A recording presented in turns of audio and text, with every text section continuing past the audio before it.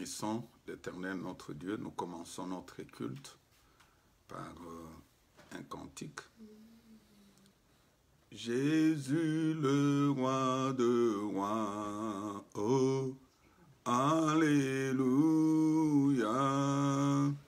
Jésus le roi de rois, le Seigneur de seigneurs. Jésus le tout-puissant, alléluia. Jésus le roi de rois, le Seigneur de seigneurs. Oh, Jésus n'a pas changé, alléluia. Jésus le roi de rois, le Seigneur de seigneurs. Jésus qui est assis, alléluia. Jésus le roi de rois, le Seigneur de seigneurs. Pourquoi ne pas t'élouer, Jésus? Alléluia. Jésus le roi de rois, le Seigneur de seigneurs. Jésus le prince des paix, alléluia. Jésus le roi de rois, le Seigneur de seigneurs.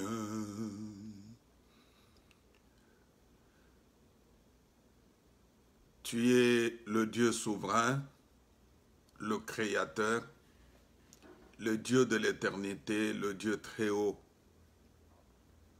Nous voici en ce moment où nous nous approchons avec assurance du trône de la grâce afin d'obtenir miséricorde et de trouver grâce et pour être secouru par toi. Merci éternel mon Dieu pour le souffle de vie que tu nous accordes aujourd'hui parce que nombreux sont morts. Il y a ceux qui sont dans des hôpitaux, dans les soins des intensifs, mais lorsque tu nous donnes l'opportunité de nous retrouver, nous devons élever ton Saint-Nom, Père. Merci pour ta grâce, pour ta fidélité, et nous rentrons devant ta face pour demander pardon, parce que tu dis, tu es saint, il faut que celui qui s'approche de toi soit aussi saint. Nous voulons que ce matin, tu puisses nous pardonner, Éternel. Que ce sang qui a coulé sur les monts de Golgotha, ce sang précieux, nous purifie. Parce qu'à travers ton sang, nous avons la rédemption, le pardon du péché. J'invoque en ce moment le Saint-Esprit de Dieu qu'il descende au milieu de nous. Parce que tu as dit, je répandrai de mon esprit sur toute chair. Vos fils et vos filles prophétiseront. Que cette parole s'accomplisse ce matin au milieu de nous. Manifeste-toi, éternel notre Dieu.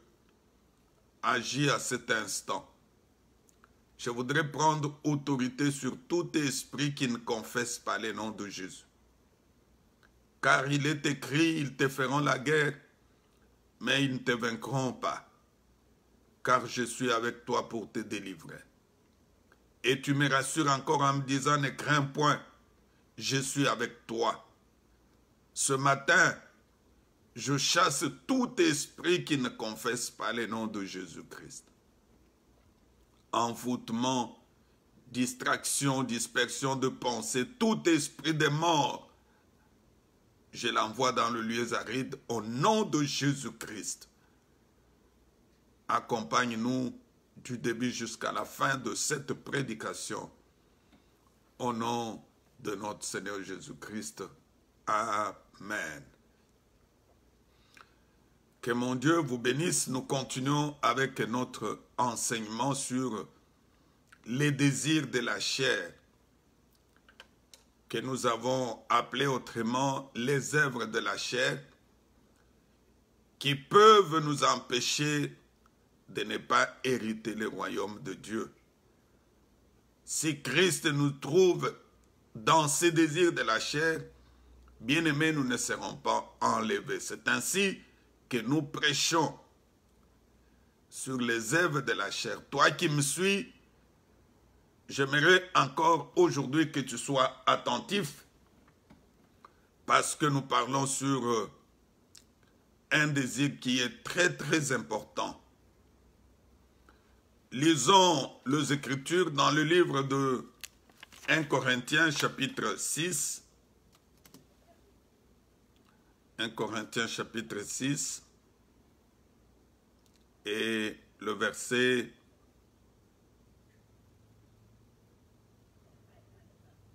18.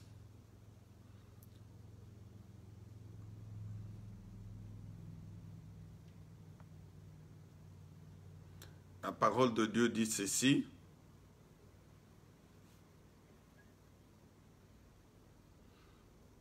Corinthiens 6, verset 18. Nous lisons au nom de Jésus. J'aimerais commencer par 17. Mais celui qui s'attache au Seigneur est avec lui un seul esprit. 18. Fuyez l'impudicité. Quelque autre péché qu'un homme commet, ce péché est en dehors du corps. Mais celui qui se livre à l'impudicité pêche contre son propre corps. Ne savez-vous pas que votre corps est le temple du Saint-Esprit qui est en vous, que vous avez reçu de Dieu, et que vous ne vous appartenez point à vous-même? Parole du Seigneur. Aujourd'hui, nous parlons sur l'impudicité. Un sujet très très important. Le texte que nous venons de lire avant que j'entre d'abord dans la définition de l'impudicité insiste. Il y a plusieurs péchés que la Bible condamne. Dans la Bible, plusieurs péchés. Mais le péché de l'impudicité est différent des autres parce que ce péché-là, tu pêches d'abord contre ton propre corps et tu pêches contre Dieu. C'est ainsi que la Bible insiste sur l'impudicité. Qu'est-ce qu'on entend par l'impudicité? C'est une relation sexuelle illicite, non approuvée par la parole de Dieu. Lorsque tu as une relation sexuelle avec une tierce personne qui n'est pas conforme à la parole de Dieu, cet acte-là que tu commets est appelé l'impudicité. Parce que l'acte sexuel est accepté uniquement dans le mariage. Quand tu n'es pas encore marié, tu ne peux pas avoir de rapport sexuel. Quand tu as de rapports sexuels en dehors de ton mariage ou avant le mariage, tu pêches contre Dieu. Je voudrais que le peuple de Dieu puisse suivre. Et dans l'impudicité, nous avons plusieurs formes. Nous avons d'abord la fornication. Lorsqu'on parle de la fornication, il s'agit d'une relation sexuelle hors du mariage. Les jeunes garçons et la jeune fille qui ne sont pas mariés, quand ils se rencontrent, ce qu'ils font, c'est la fornication. Ils vivent ensemble sans qu'il y ait mariage. Ils vivent dans les copinages. Cette relation la Bible l'appelle comme fornication. Deuxième forme de l'impudicité, il y a l'adultère. Il s'agit d'une relation sexuelle avec une autre personne que son conjoint dans le mariage. Lorsque un homme marié a de rapports sexuels avec une tierce personne qui n'est pas sa femme, qui peut être une jeune fille, une femme mariée ou une divorcée, cet acte-là, la Bible l'appelle adultère ou vice-versa. Une femme mariée qui a une relation avec un jeune garçon ou un homme marié, ils font l'adultère, ce qui est condamnable selon la parole de Dieu. Troisième forme de l'impudicité, il s'agit de l'homosexualité. C'est quoi l'homosexualité? C'est une relation sexuelle entre deux personnes d'un même sexe. Les hommes, les homosexuels, chez les femmes, on appelle, elles sont des lesbiennes. La Bible n'autorise pas qu'un homme puisse avoir une relation sexuelle avec un autre homme. Non, c'est une abomination. Ça, c'est une relation contre nature. Mais aujourd'hui, nous voyons les hommes qui se marient entre eux et ils ont même le courage de célébrer cette relation dans l'église. Dieu n'est pas content. Si tu es homosexuel, c'est le temps de te repentir. Tu es lesbienne. Une femme qui est lesbienne, au lieu d'épouser un homme, non, elle va épouser une autre femme. C'est pas correct. C'est pas la parole de Dieu.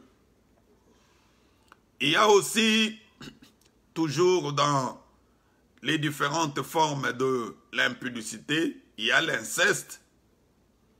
Là, c'est lorsque un homme a de rapports sexuels avec un membre de sa famille.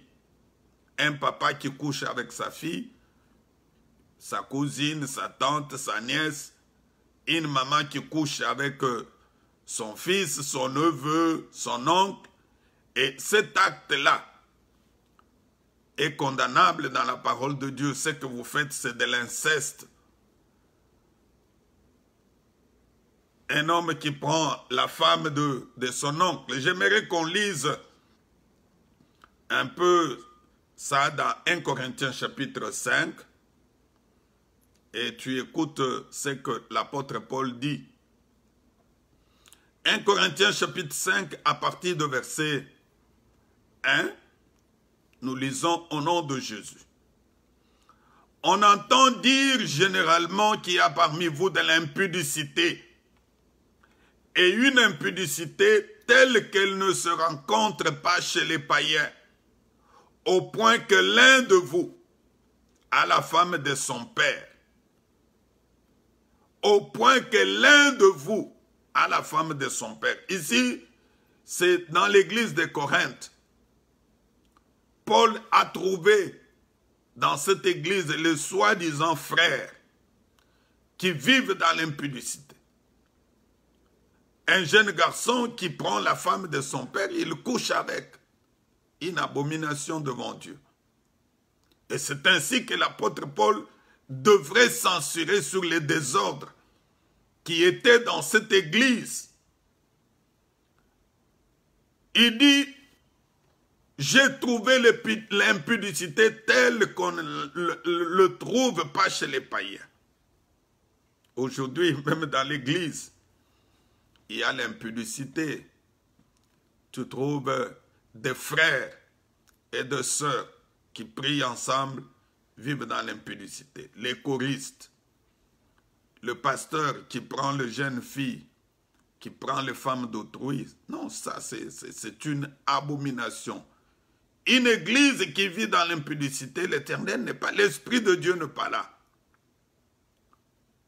Un couple qui vit dans l'impudicité, où le mari est en train d'aller ailleurs avec d'autres femmes, La présence de Dieu n'est pas dans ces couples. Les enfants vont se prostituer. Ils vont amener les choses de l'impudicité dans la maison. C'est une abomination devant Dieu. La Bible condamne ces choses-là. Les jeunes filles qui vont se prostituer parce qu'elles ont besoin d'argent. Tu trouves une fille avec 5 copains. Il appelle celui-ci chic, choc, chèque. Avec celui-ci, il sort, l'autre, il lui donne l'argent, l'autre, il le présente au vu de gens. C'est une abomination devant Dieu. Aujourd'hui, peuple de Dieu, le Seigneur est en train de te parler, toi qui vis encore dans l'impudicité. Nous les mariés, nous devons nous abstenir, nous devons sortir de l'impudicité. Aujourd'hui, beaucoup de mariés ont plusieurs femmes. Tu trouves quelqu'un avec 5, 4, 6 femmes. Non, ça c'est de l'adultère. Il y a même certains soi-disant serviteurs de Dieu qui ont 4, 5 femmes. Non, c'est de l'adultère. La Bible ne l'autorise pas. À la création, Dieu a créé un seul homme et une seule femme. Mais lorsque toi, tu en as 4, 5, 6, tu vis dans l'impudicité, tu vis dans l'adultère. Ce n'est pas une bonne chose. Il faut prendre la décision de sortir de cette vie-là qui ne donne pas gloire à Dieu, parce que Dieu n'acceptera pas que ce corps qui est le temple de Dieu soit souillé dans l'impudicité. Tu exposes ta nudité n'importe où. Combien de femmes vont voir ta nudité? Combien d'hommes? Or, ce corps-là est uniquement réservé pour ta femme, pour ton mari. Et toi, tu l'exposes. Tu es en train de le faire. Non, ce n'est pas une bonne chose. Aujourd'hui, toujours dans la forme de l'impudicité, il y a aussi la masturbation. Ici, c'est un homme qui va se jouir soi-même. Il est en train de toucher son sexe, en train de se réjouir. Non. La Bible les condamne. Tu ne peux pas te réjouir toi-même. Tu trouves un frère qui entre dans la douche, il fait 1 heure, 2 heures du temps. Non. Pourquoi tu traînes dans la douche pendant tout ce temps? Il est en train de se masturber. Il prend le savon, il fait ce qu'il peut faire. Et les femmes aussi le font. Aujourd'hui, elles vont prendre des appareils qui ont la forme du sexe de l'homme pour commencer à faire ce genre de choses. Non, c'est pas bon, c'est pas propre, c'est pas digne. Si tu vis encore dans l'impudicité, le moment est arrivé pour que tu sortes, pour que tu te débarrasses. Et d'ailleurs, le Seigneur Jésus va plus loin, même celui qui convoite une femme. Lisons Matthieu chapitre 5, verset 28. Ça, c'est le Seigneur qui le dit. Qu'on commence au verset 27. Écoute ce que le Seigneur dit. Vous avez appris qu'il a été dit, tu ne commettras point d'adultère. Mais moi, je vous dis que quiconque regarde une femme pour la convoiter a déjà commis un adultère avec elle dans son cœur. Il dit quiconque regarde une femme avec la convoitise. Oh Seigneur, fais-nous grâce de sortir de cette convoitise parce que du jour au jour, nous sommes en train de pécher. Si le Seigneur nous trouve dans la convoitise des femmes, combien de femmes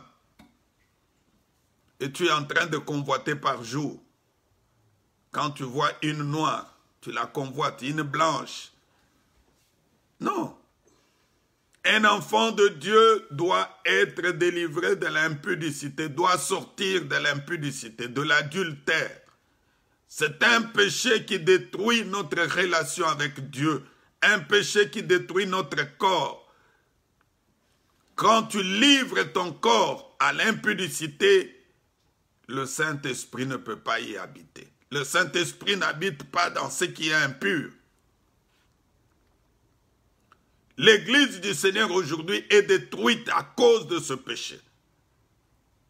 Et le diable nous amène encore plus loin. Nous commettons aujourd'hui l'impudicité dans nos appareils, avec des films pornographiques. Quand tu regardes ces films, un homme nu avec une femme nue en train de faire des rapports sexuels. Il y a aussi des hommes qui sont en train de se prostituer avec lui de loin, à distance. Il peut être aux États-Unis comme nous, la femme en France ou au Congo. Ils sont en train de faire l'impudicité avec leurs appareils. Ils font le zoom, l'homme nu, la femme nue. Non, c'est une abomination devant Dieu.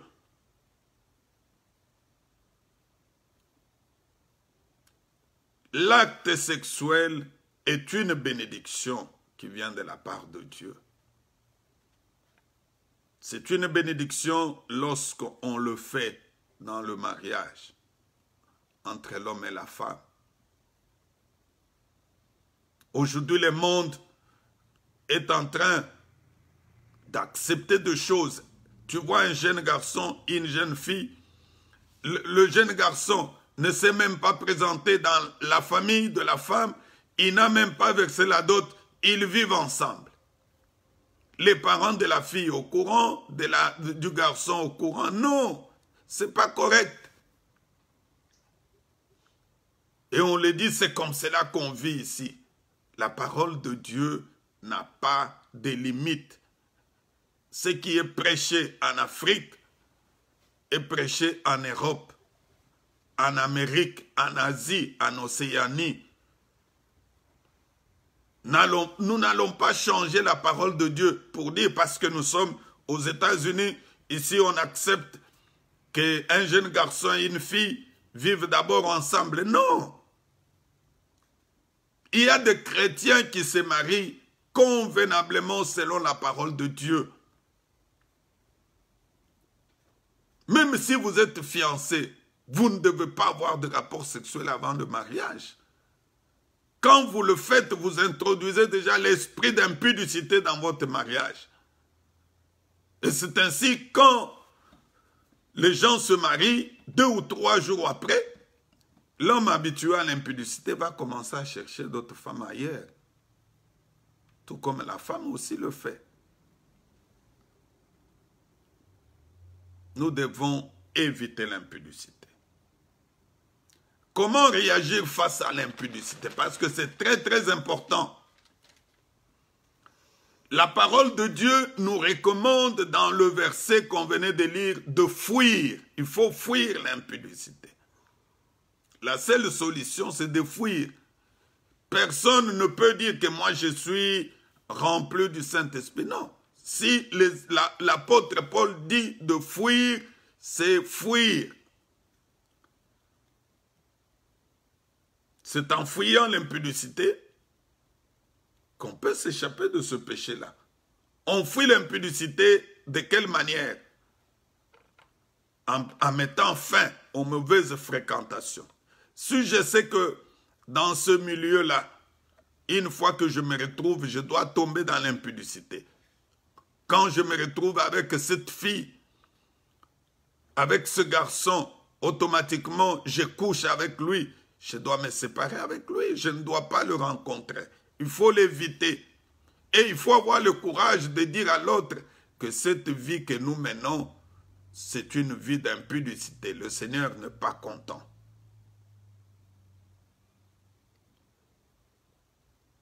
La Bible dit, les mauvaises compagnies corrompent les bonnes mœurs. Lisons 1 Corinthiens chapitre 15. Écoute ce que la parole de Dieu dit. Il faut fuir. Laisse. Quitte ces amis-là. Quitte ce milieu-là. Quand vous vous retrouvez, automatiquement tu dois tomber. Non, il faut quitter.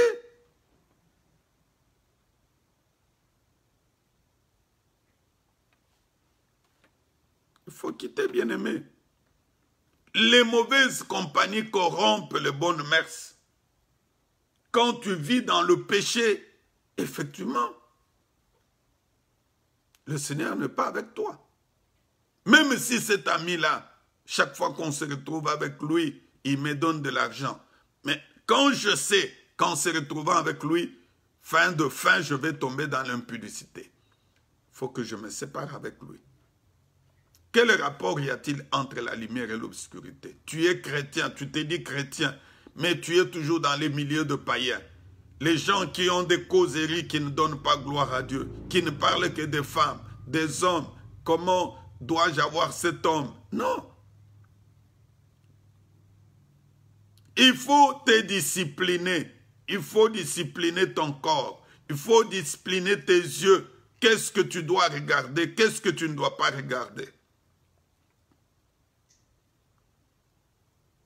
Il y a des sites qu'un chrétien ne peut pas commencer à voir sur ton téléphone, sur ton laptop. Des sites où il n'y a que de choses qui ne donnent pas gloire à Dieu. Il faut te discipliner. La deuxième chose qui peut nous permettre de fuir l'impudicité, c'est la vie de la prière. Tu ne peux pas fuir l'impudicité si tu n'as pas la vie de la prière. La prière, c'est l'arme avec laquelle nous sommes capables de vaincre le diable. Mais quand tu ne pries pas, tu dis seulement non, je vais fuir l'impudicité. Je vais fuir, non. On fuit l'impudicité en priant. Tu quittes ce milieu et tu pries. Seigneur, délivre-moi de l'impudicité. Tu reconnais ta faiblesse. En plus de la prière, il faut la méditation de la parole de Dieu. Nous devons méditer les Écritures. C'est en lisant la parole de Dieu qu'on peut trouver solution, de quelle manière on peut sortir de l'impudicité. Et aujourd'hui, les chrétiens ne lisent pas. Ils peuvent vous lire 1 ou 2 livres, des romans, mais il n'a pas le temps de lire la parole de Dieu. Et même quand tu lis la parole, il faut lire la parole, il faut demander à Dieu de te parler dans ta lecture. Et enfin, il faut avoir une vie de jeûne, prière avec jeûne. Le jeûne nous accompagne. Le jeûne nous donne la force de fuir, de surmonter le péché. Si tu confesses aujourd'hui, tu tombes dans l'impudicité. Demain, mets-toi à genoux, prie. Que ta prière soit accompagnée du jeûne. Demande la grâce de la part de Dieu. Seigneur, fais-moi grâce de fuir l'impudicité. Et quand tu le feras, je crois que ce sera une bonne chose. Lisons 1 Corinthiens chapitre 6.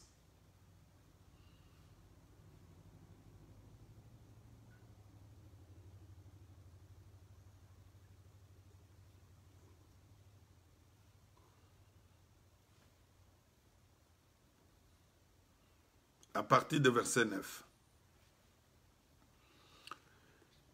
Ne savez-vous pas que les injustes n'hériteront point le royaume de Dieu? Ne vous y trompez pas. Ni les impudiques, ni les idolâtres, ni les adultères, Ça, ce n'est pas moi qui l'ai dit. Tu peux être béni matériellement, mais si tu vis dans l'impudicité, tu n'hériteras pas le royaume de Dieu. Le fait d'être béni matériellement ne signifie pas nécessairement que Dieu est avec toi, non. Quand la pluie tombe, elle tombe sur les bonnes et sur les mauvaises herbes. Il y a des païens qui sont bénis. Ce n'est pas qu'ils ont fait de fétiches, ceci, non. Ils ont reçu la bénédiction de la part de Dieu. Je ne refuse pas la bénédiction. Mais il faut avoir la bénédiction dans la crainte de Dieu. Il faut avoir la bénédiction en menant une vie de sanctification. Dieu te bénit, n'utilise pas cet argent dans l'impudicité. N'utilise pas cet argent dans l'adultère. Utilise cet argent pour la gloire de Dieu. Tu peux soutenir l'œuvre de Dieu. Tu peux soutenir les orphelins, le veuve. Tu peux assister des gens en difficulté au lieu de commencer à utiliser cet argent pour prendre des femmes. Tu trouves un papa avec des petites filles. Les petites filles qui sortent avec leur papa. Une jeune fille de 20 ans, mais qui est en train de coucher avec les papas de 60 ans, 70 ans, 50 ans, parce qu'elle a besoin d'argent. Non. La Bible dit que ceux qui font de telles choses n'hériteront pas le royaume de Dieu. Ce matin, toi qui vis encore dans l'impudicité, le Seigneur te demande de sortir de cette vie. Parce que s'il revient bientôt, bien-aimé, tu ne seras pas enlevé. Nous ne prêchons pas la parole de Dieu parce qu'on a peur du coronavirus. Non, nous prêchons la parole de Dieu pour que le peuple de Dieu se convertisse. Covid va passer, mais la vie continue parce que Christ n'est pas encore revenu. Mais quand tu vis dans le péché, le Seigneur ne sera pas content de toi. En Éphésiens chapitre 4, verset 30, il dit « N'attristez pas le Saint-Esprit de Dieu par lequel vous avez été scellés le jour de la rédemption. » Combien de fois n'attristons pas le Saint-Esprit lorsque nous marchons dans l'impudicité? Tu commets l'impudicité, tu rentres, confesser, demander pardon. Tu commets l'impudicité, tu viens demander pardon. Non. Nous sommes en train d'attrister le Saint-Esprit de Dieu. Toi qui me suis aujourd'hui, femme mariée, tu vis encore dans l'impudicité, dans l'adultère, avec des copains par-ci, par-là. Le moment est arrivé pour que tu te décides d'abandonner cette vie-là. Homme marié, tu couches avec des filles par-ci, par-là. Tu crois que c'est de l'exploit que tu fais? Non.